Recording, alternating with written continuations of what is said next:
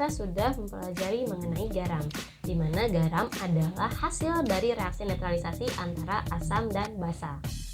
Kita juga bisa menyebut garam sebagai suatu senyawa ion, di mana unsur pembentuk dari senyawa ion ini merupakan suatu ion bermuatan positif yakni kation dan ion bermuatan negatif yakni anion.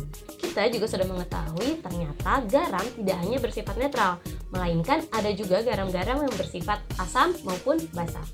Jika garamnya berasal dari hasil reaksi netralisasi antara basa kuat dan asam lemah, maka garamnya akan bersifat basa. Namun jika garamnya berasal dari hasil reaksi netralisasi antara basa lemah dan asam kuat, maka garamnya akan bersifat asam.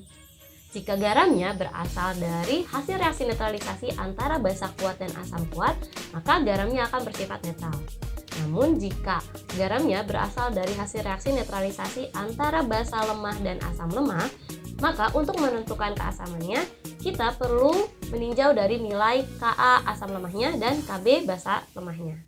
Jika Ka-nya lebih besar daripada Kb, maka garam akan bersifat asam. Jika Kb-nya yang lebih besar daripada Ka, maka garam akan bersifat basa. Namun jika nilai Ka sama dengan nilai Kb, maka garamnya akan bersifat netral. Pada sesi pembelajaran hari ini, kita akan membahas lebih jauh mengapa ada garam-garam yang bersifat asam, basa, maupun netral. Kalau yang kita pelajari sebelumnya kan hanya berupa kecenderungan atau bagaimana cara memprediksi sifat garam tersebut. Namun dalam sesi pembelajaran hari ini, kita akan membahas lebih jauh dari segi reaksi kimianya. Garam yang pertama adalah garam yang terbentuk dari basa lemah, kita singkat menjadi Bl, dan asam kuat. Contoh garam dari jenis ini adalah seperti misalnya AlCl3, kemudian BeBr2, atau NH4Br, dan masih banyak lagi yang lainnya ya. Nah, kita ambil contoh yang pertama dari AlCl3.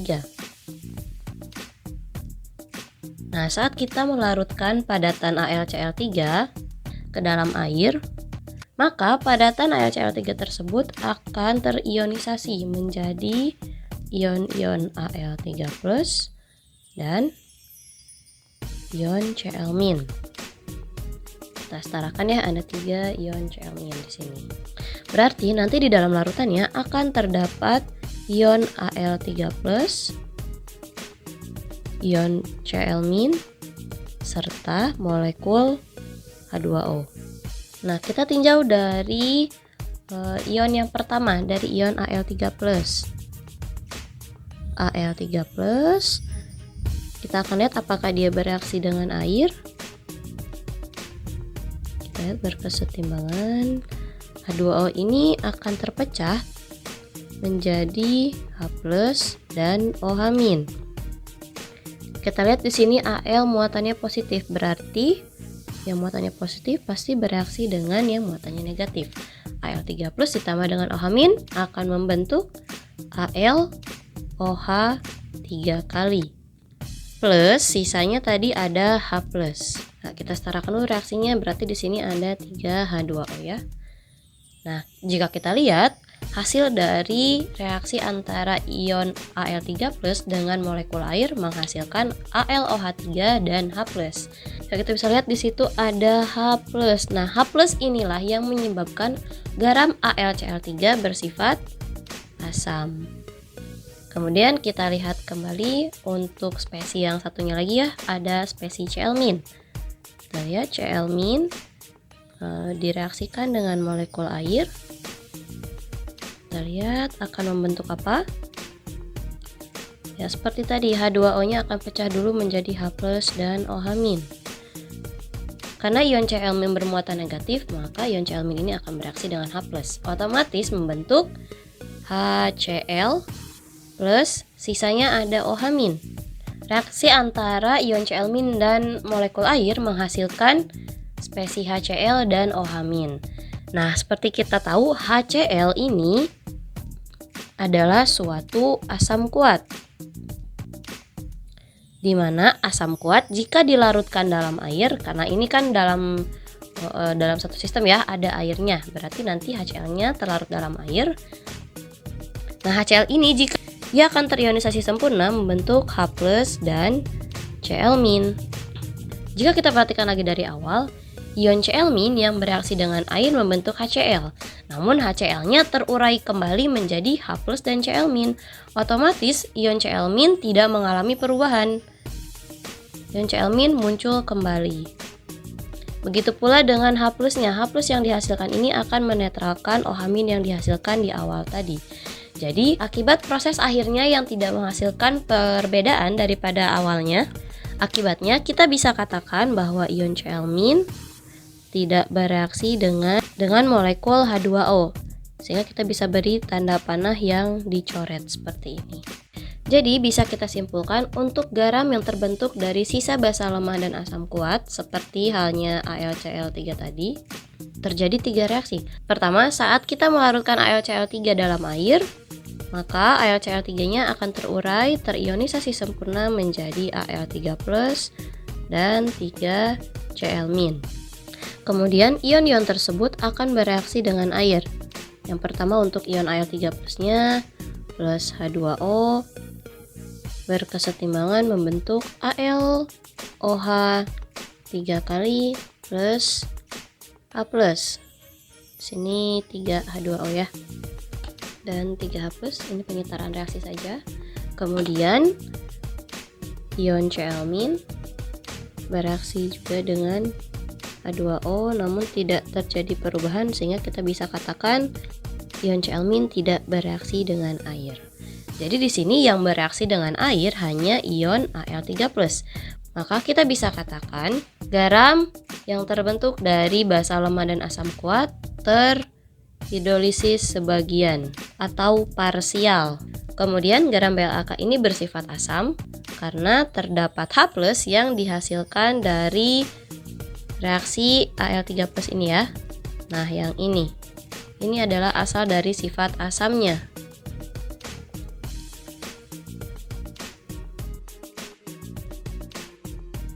Baik, untuk jenis garam yang kedua, kita punya garam yang terbentuk dari basa kuat dan asam lemah.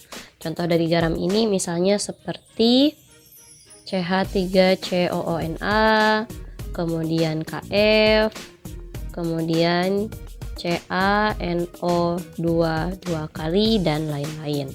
Oke, kita akan ambil satu contoh dari garam KF. Nah, garam KF ini saat dilarutkan ke dalam air, sama seperti tadi ya, dia akan terionisasi, membentuk ion K+ dan F-. Jadi nanti di dalam larutannya ada ion K+, ada ion F-, dan ada molekul H2O-nya. Nah, kita lihat dari ion yang pertama dulu, ada ion K+. Ion K+ saat bereaksi dengan air akan membentuk seperti tadi ya, kita lihat dulu H2O-nya kita pecah menjadi H+ dan OH-. K+-nya bermuatan positif, jadi pasti bereaksi dengan yang negatif, dengan OH-. Berarti K+ tambah OH- membentuk KOH plus sisanya H+. Nah, kita lihat KOH ini adalah suatu basa kuat, di mana basa kuat saat dilarutkan dalam air ia akan terionisasi sempurna menjadi K+ dan OH-. Ya, K+ yang tadinya muncul di awal bereaksi kemudian muncul lagi di akhir. Ya, jadi bisa kita katakan K+ ini tidak bereaksi dengan air. Kita lihat ion yang satunya lagi.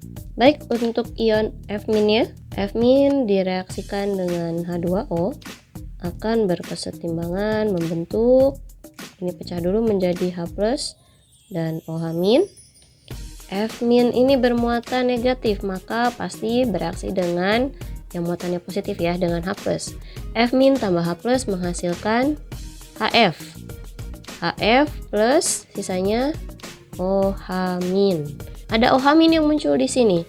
Nah, inilah asal dari sifat basa yang dimiliki oleh garam KF. Jadi bisa kita simpulkan untuk garam KF ini terdapat 3 reaksi juga ya. Yang pertama, KF-nya terionisasi sempurna membentuk K+ dan F-. Kemudian K plusnya bereaksi dengan molekul air, namun tidak bereaksi ya, karena tadi membentuk KOH yang merupakan suatu basa kuat. Sedangkan untuk ion F-nya, F- plus H2O berkesetimbangan membentuk HF plus OH-. Nah, jadi bisa kita lihat ya. Nah, bisa kita lihat di sini ion yang bereaksi dengan air hanya ion F-, sedangkan K plusnya tidak. Jadi bisa kita katakan garam BKAL terhidrolisis sebagian atau parsial. Dari dua jenis garam yang sudah kita pelajari, kita tahu bahwa ion yang terhidrolisis oleh air adalah ion sisa asam atau basa lemah. Misalnya seperti F-, di mana F- ini adalah sisa dari asam lemah HF, kemudian CH3COO-, di mana CH3COO- ini adalah sisa dari asam lemah CH3COH, asam asetat, atau misalnya NH4+, di mana NH4+ ini adalah sisa dari basa lemah NH4OH. Dan ion-ion yang tidak terhidrolisis oleh air adalah ion sisa asam atau basa kuat. Misalnya seperti ion Cl-, di mana ion Cl- ini berasal dari sisa asam kuat HCl, kemudian ion NO3-, kemudian ion Na+, di mana ion Na+ ini merupakan ion sisa basa kuat NaOH. Jadi untuk jenis garam yang ketiga, yakni garam yang terbentuk dari basa kuat dan asam kuat, seperti misalnya garam-garam NaCl, kemudian KBr, lalu CaNO3 2 kali. Nah, garam-garam seperti ini pasti tidak terhidrolisis, dimana kita tahu bahwa ion-ionnya terbentuk dari basa kuat dan asam kuat, sehingga dua-duanya tidak terhidrolisis. Kalau kita gambarkan seperti tadi reaksinya, berarti pertama misalnya untuk KBr.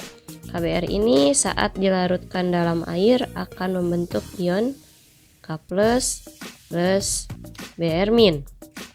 Kemudian ion K plusnya akan bereaksi dengan molekul air, tapi tidak bereaksi karena terbentuk dari sisa basa kuat KOH ya. Kemudian untuk Br-nya sendiri juga sama, tidak bereaksi dengan air.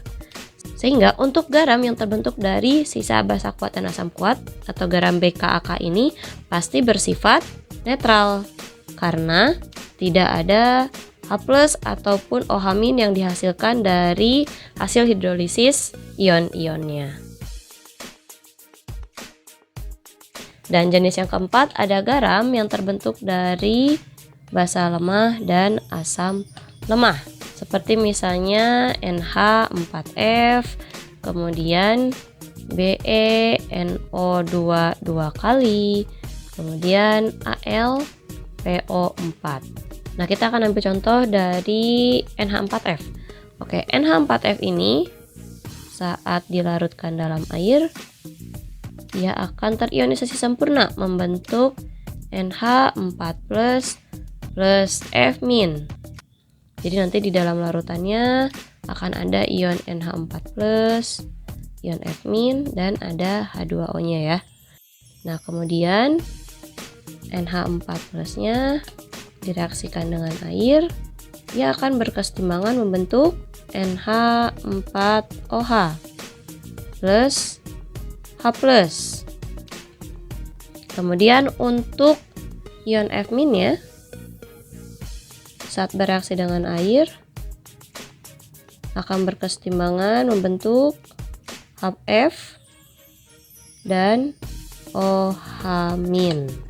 Ya, dari reaksi yang pertama menghasilkan H+, dari reaksi yang kedua menghasilkan OH-. Sehingga untuk memprediksikan pH-nya kita perlu melihat dari data Kb dan Ka-nya. Jika Ka-nya lebih besar daripada Kb, maka garam bersifat asam. Jika Ka-nya lebih kecil daripada Kb, maka garam bersifat basa. Dan jika Ka-nya sama dengan Kb, maka garam bersifat netral. Kemudian jika kita perhatikan, kedua ion yang dihasilkan dari ionisasi garam BeLaL, jika kita perhatikan lagi, baik ion NH4+ maupun ion F-, keduanya bereaksi dengan air, sehingga bisa kita katakan bahwa garam BeLaL terhidrolisis sempurna.